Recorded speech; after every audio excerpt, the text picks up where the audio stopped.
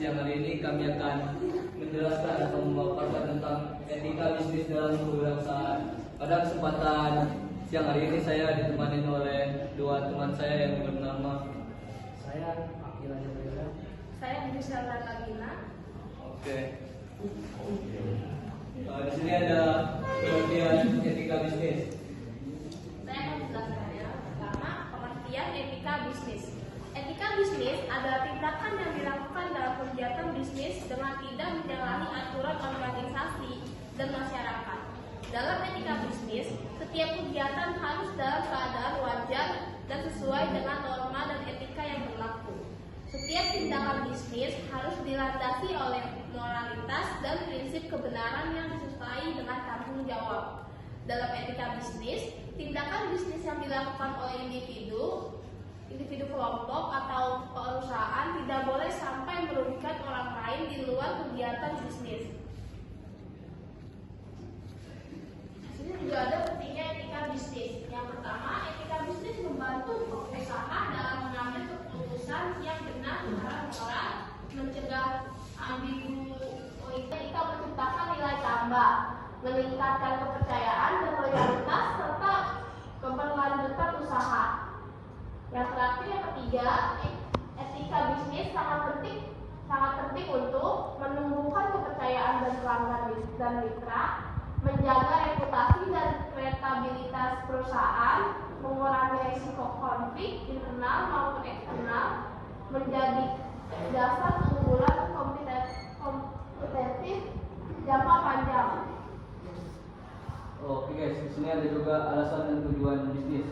Di sini ada 3 poin ya. Yang poin pertama, membantu mewujudkan bisnis berkelanjutan dengan tetap mengandalkan norma moral.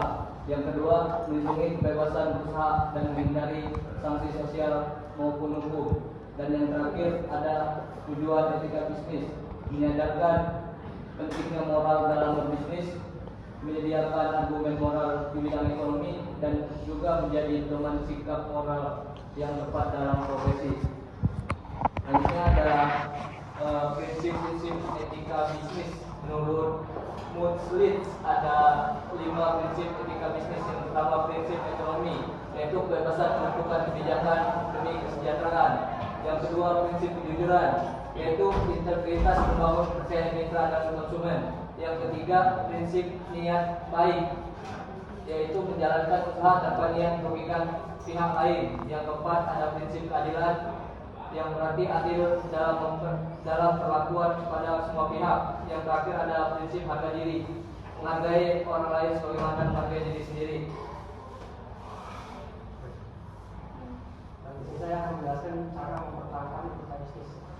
Yang pertama, untuk mempertahankan etika bisnis, menanamkan budaya perusahaan yang etis. Terus ada menjunjung tinggi nilai kejujuran, disiplin, tanggung jawab, dan kualitas layanan. Yang ketiga, ada memasukkan etika bisnis dalam kode etik perusahaan. Dan yang terakhir, memberikan pelatihan etika kepada karyawan. Di sini saya jelaskan etika wirausahaan. Jadi etika wirausahaan ini harus menjauhi suap, penipuan, dan monopoli. Terus menjaga moralitas dalam perdagangan sebagai kompas moral dalam bisnis. Terus yang terakhir, menurut Ahmad Yari, dosa sosial yang harus dihindari oleh wirausaha yaitu kekayaan tanpa kerja, pengetahuan tanpa karakter, perdagangan tanpa moral, dan politik tanpa prinsip. Nah, terus ini ada implementasi etika di wirausaha. Ada 3 level. Yang pertama, individu, perilaku etis pegawai atau pengusaha. Terus kedua, ada organisasi, budaya perusahaan yang menjunjung moral. Dan terakhir ada masyarakat, yaitu menjaga keharmonisan dengan nilai sosial. Oke, di sini sebagai kesimpulan dari presentasi kami, yaitu etika bisnis adalah landasan penting bagi keberhasilan jangka panjang wirausaha. Dengan menerapkan prinsip-prinsip moral seperti kejujuran, keadilan, dan tanggung jawab, serta entrepreneur dapat menjaga keberlanjutan usaha, meningkatkan kepercayaan, serta memberikan manfaat tidak hanya bagi perusahaan tapi juga bagi masyarakat. Mungkin segitu saja presentasi dari kami. Bila ada yang ingin tanyakan atau kurang jelas, kami persilakan.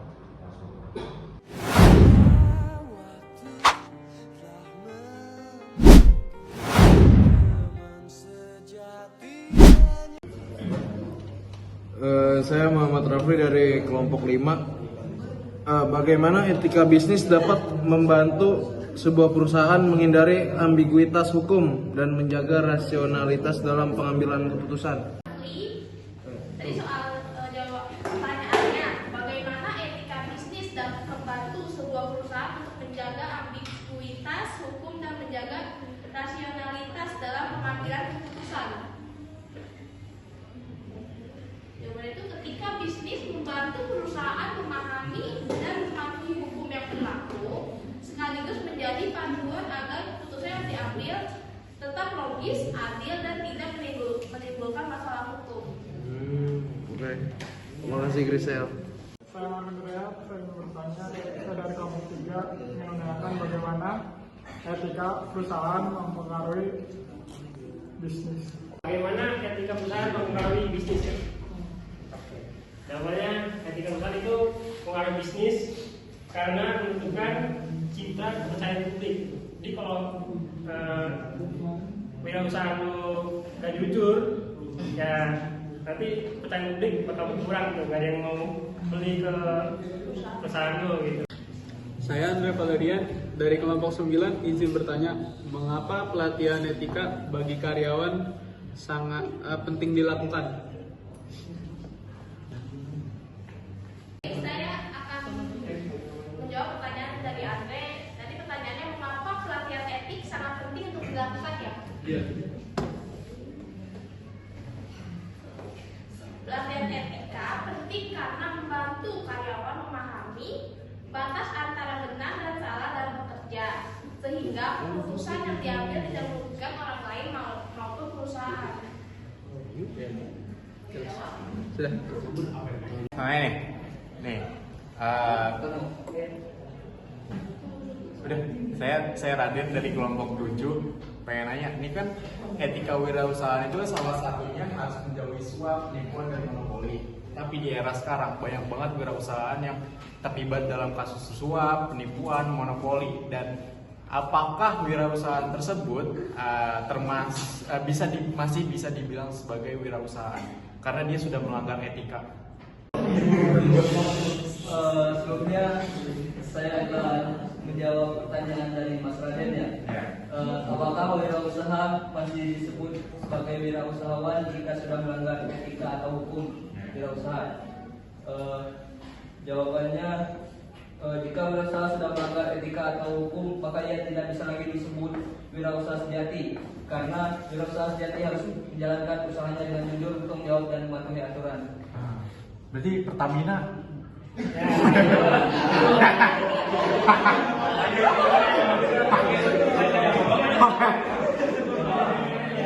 Itu kan banyak jawab ya. Oke, selanjutnya. Enggak. Saya mau nanya, Zedi Fahregi dari kelompok 2. Nih, misalnya kalian bertiga jadi pengusaha, langkah apa yang bakal diambil biar budaya kerja di tempat kalian tetap etis gitu dan nggak gampang tergoda buat curang? Misal jadi perusahaan, langkah pertama yang diambil biar wirausaha tetap etis dan tidak curang ya tadi pertanyaannya. Ya. Langkah pertama agar wirausaha tetap etis adalah membuat dan menerapkan kode etik perusahaan. Kayak kampus kita aja biar nggak ada kecurangan atau pelanggaran, kita buat kode etik gitu, yang pelanggar bisa dikenain denda, sanksi atau denda, potong gaji atau gimana gitu.